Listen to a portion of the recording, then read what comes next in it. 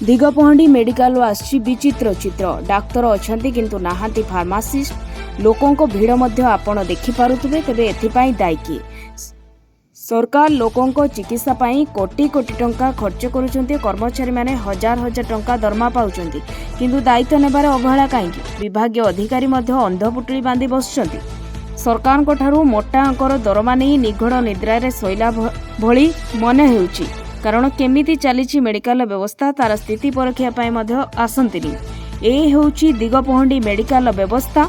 Doctor medicine लिखिछंती, किंतु medicine देवा पई स्टाफ नाहांती। रोगी हंतसंत हेबार दृश्य आपण देखुथिबे निश्चिंत।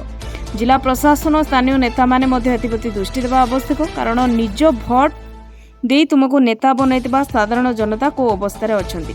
तेबे देखिबाकू बाकी रहिला प्रशासन ए कर्मचारी उपरे की प्रकार कार्यानुष्ठान नेउछि। गंजाम जिला दिगपहंडी जी संतोष रेड्डी रिपोर्ट, जनता खबर टीवी।